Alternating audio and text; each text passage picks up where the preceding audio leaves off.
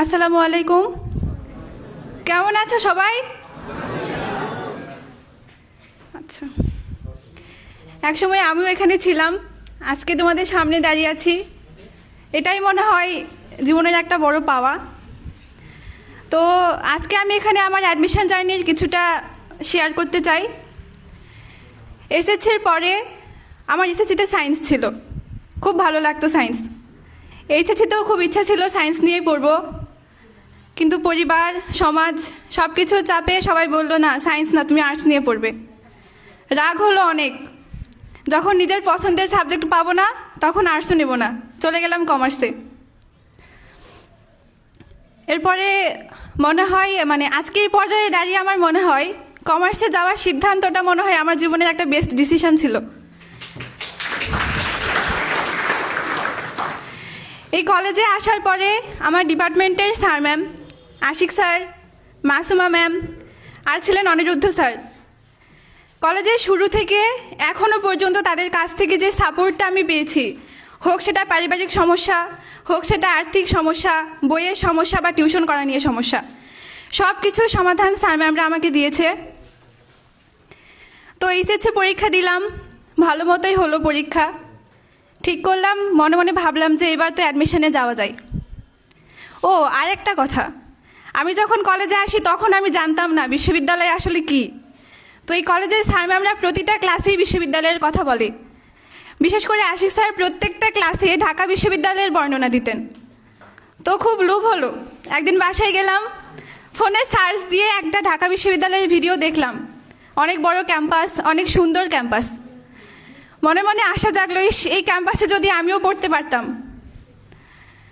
তো আর কি, মনে মনে একটা সুপ্ত স্বপ্ন। বাসায় জানালাম যে আমি অ্যাডমিশন দিতে চাই, কেউ রাজি হলো না, যে বাড়ির কাছে ভালো একটা কলেজ আছে, তুমি অ্যাডমিশন কেন দিবা। অনেক চেষ্টা করলাম, স্যার ম্যামদের সাথে কথা বললাম, ফ্রেন্ডদের সাথে কথা বললাম, সবাই অনেক রকম বুদ্ধি দিল। আসলে বাইরে গিয়ে কোচিং করা, একা একা থাকা, কোচিংয়ের খরচ, বইয়ের খরচ, এটা আসলে অনেক বড় একটা বিষয়, যেটা সবার জন্য অ্যাফোর্ডেবল না। তো স্যাররা আমাকে বললো, ঠিক আছে তুমি বাড়ি থেকেই প্রিপারেশান নাও। আমার সামনে অনেকগুলো উদাহরণ তুলে ধরলেন যে তারা পেরেছে, তুমি কেন পারবে না। বাসায় বললাম বাইরে যাব না, বাড়ি থেকেই প্রিপারেশান নিব, শুধু আমাকে এক সেট বই কিনে দিও, তাহলেই হবে। তারপরে ঠিক আছে শুরু করলাম। অ্যাডমিশন দিব এই কথাটা শোনার পরেই আসলে যত নেগেটিভিটি থাকে সব কিছু এই সময়টাতে ফেস করেছি। তুমি মেয়ে মানুষ, এত রিস্ক কেন নিবা, একা একা বাইরে গিয়ে কেন থাকবা, নষ্ট হয়ে যাবা, ভালো থাকবা না, আরও অনেক কিছু। মনে মনে ভাবলাম, দেখি না একটু চেষ্টা করে স্বপ্নকে ছুঁতে পারি কি না। তারপরে স্যার ম্যামদের পরামর্শে একটা অনলাইন কোচিং সেন্টারে ভর্তি হলাম। আসলে ওই সময়টাতে গাইডলাইন দেওয়ার মতনও কেউ ছিল না, পরিচিত কেউ ছিল না। তো স্যার ম্যামরা ঢাকা ইউনিভার্সিটির সিনিয়র ভাই আপুদের সাথে পরিচয় করিয়েছিলেন। আয়শা আপু ছিল, আরও 2-3 জন ভাইয়া ছিল। তো ওই সময়টাতে ওরা মাঝে মধ্যেই আমার এক্সাম নিতেন, যে তোমার প্রিপারেশন কেমন, পড়তেছি কিনা। তো এক্সাম দিতাম, তারা আরও বলতেন যে ভালো করে পড়ো, তোমার হবে, তোমার দ্বারাই হবে, তুমি পারবা। তো যেখানে অনলাইনে কোচিং করতাম ওখানে তো চেনা জানা কেউ ছিলই না, স্বাভাবিক। তো এক্সাম ব্যাচে যখন এক্সাম দিতাম, মার্ক যেরকম আসতো তাতে তো মন ভাঙারই কথা। দেখতাম সবাই অনেক বেশি বেশি মার্ক পায়, আমি তো পাই না সেরকম। যাই হোক, ফর্ম তুললাম 3টা ভার্সিটির, ঢাকা বিশ্ববিদ্যালয়, রাজশাহী বিশ্ববিদ্যালয় আর গুচ্ছ বিশ্ববিদ্যালয়। ঢাকা বিশ্ববিদ্যালয়ের প্রথম পরীক্ষা দেওয়ার পরে কনফিডেন্ট আমার অনেক বেশি বেড়ে গেল, কারণ পরীক্ষা আমি অনেক ভালো দিয়েছিলাম। এটা ভেবেছিলাম যে অনেক ভালো একটা সাবজেক্টেই আমার ঢাকা ইউনিভার্সিটিতে চান্স হবে। মনে হয়েছিল এবার আমি আমার স্বপ্নকে ছুঁতে পারবো। কিন্তু সমস্যা হলো কোশ্চিনে, পরীক্ষা হলো আমাদের ক্যান্সেল, আবার হবে পরীক্ষা পরে অন্য কোশ্চিনে। তো এরপরে আসে রাজশাহী ইউনিভার্সিটির পরীক্ষা। স্বাভাবিকভাবেই পরীক্ষা দিলাম আগের মতোই, কিন্তু পরীক্ষা হলো অনেক খারাপ। পরীক্ষার হলে বসে বুঝে গিয়েছিলাম যে এই ভার্সিটিতে আমার হবে না। মন ভেঙে গেল একদম। ভেঙে পড়েছিলাম, খুবই হতাশ। আসলে অ্যাডমিশনের টাইমটাতে প্রত্যেকটা স্টুডেন্টই প্রচণ্ড মানসিক চাপ, হতাশা, দুশ্চিন্তার মধ্য দিয়ে যায়। তাকে একা একা লড়াই করতে শিখতে হয় এই অ্যাডমিশন টাইমে। তারপরে এসে আমার পরীক্ষার কথা শুনে স্যার ম্যামরা, আমার ফ্রেন্ডরা, পরিবারের সবাই বললো ঠিক আছে, সমস্যা নেই, সামনে আরও পরীক্ষা আছে, দাও, কোথাও না কোথাও হয়ে যাবে। আরেকটা কথা বলে রাখি, আমার প্রয়োজনের তাগিদে অ্যাডমিশন টাইমে আমি কাজও করেছি। একটা প্রাইভেট স্কুলে কাজ নিয়েছিলাম। সকাল 9টা থেকে বিকেল 4টা পর্যন্ত স্কুলে কাজ করতাম, তারপর রাতে এসে পড়তাম। তারপর যে মেয়ে আমি কলেজ লাইফেও, মানে আমার কলেজ লাইফের আগে থেকে কখনো 2-3 ঘন্টা বা সর্বোচ্চ 4 ঘন্টার বেশি পড়তাম না। অ্যাডমিশন টাইমে স্বপ্ন ছুঁতে চাওয়ার যে আকাঙ্ক্ষা, এটার জন্য আমি 12 ঘন্টা 14 ঘন্টা পর্যন্তও পড়েছি। কত রাত যে নির্ঘুম কাটিয়েছি তার কোনো ঠিক ঠিকানা নেই। সারাদিন স্কুল করে এসে রাত জেগে জেগে পড়তাম, ঘুম হতো না আমার।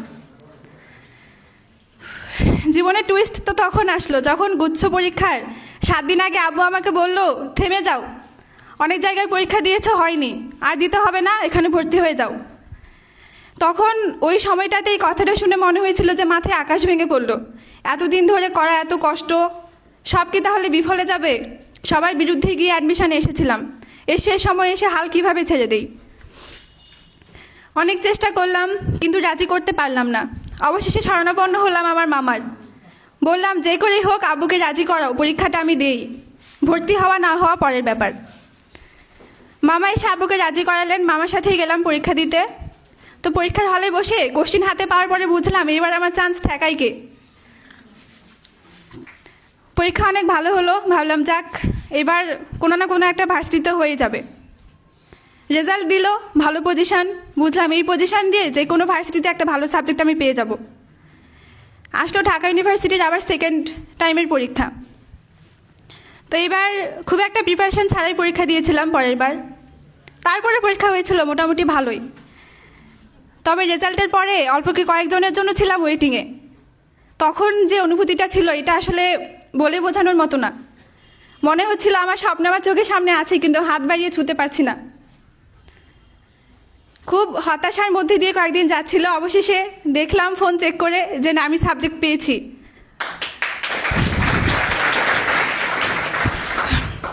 আমি আমার স্বপ্নের ভার্সিটি পেয়েছি। তখন আমি গর্ব করে বলতে পারছিলাম যে না, আমি আমার স্বপ্নকে ছুঁতে পেরেছি। সবথেকে মজার ব্যাপার হলো অ্যাডমিশন টাইমটাতে যারা আমাকে অনেক নেগেটিভ কথা বলছিল যে এসব কেন করছিস, কেন উল্টো দিকে যেতে চাইছিস, সবাই যেদিকে গেছে তুই ওই দিকেই যাবি, তোর পরিবারে এমন কেউ নাই যারা এরকম দিকে গেছে। ঠিক যখন আমি ঢাকা ইউনিভার্সিটিতে চান্স পেলাম, তারাই এসে আমাকে বলছিল তোকে নিয়ে আমরা গর্ববোধ করি, তুই সামনে এগিয়ে যা, আমরা তোর পিছনে আছি, তো সব হেল্প আমরা করবো। তো নিজের স্বপ্নকে ছুঁতে পারার থেকেও বড় আনন্দ মনে হয় আমার কাছে এইটাই ছিল যে আমার একটা অর্জনে তাদের মনোভাব পরিবর্তন হয়ে গেছে। যারা আমাকে বলছিল যে হবে না, ছেড়ে দে, তারা এখন বলে যে আমরা তোকে নিয়ে গর্ববোধ করি। এটাই মনে হয় আমার জীবনের এখনো পর্যন্ত সবচেয়ে বড় একটা পাওনা। তো সবশেষে একটা কথাই বলবো, যদি মনের মধ্যে একটা ইচ্ছা শক্তি থাকে, নিজেকে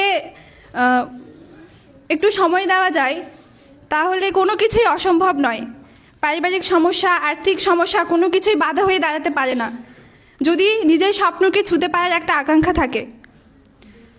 যে পথ দিয়ে গেলে অনেক কঠিন মনে হয়, তাহলে আমরা কি নিজের স্বপ্নকে চেঞ্জ করে ফেলবো? না, আমরা স্বপ্নকে চেঞ্জ করব না, আমরা পথটাকে চেঞ্জ করে ফেলবো। যে পথ দিয়ে গেলে অনেক কঠিন হয় সেই পথ দিয়ে যাব না। আর জীবনে সব কিছু সহজভাবে পাওয়াও যায় না, একটু তো কষ্ট করতেই হয়। পড়ালেখা যখন করছি একটু ভালো করে করি না, সমস্যা কোথায়? যদি নিজেকে একটা ভালো জায়গায় নিয়ে যাইতে পারি তাইলে সমস্যা কোথায়?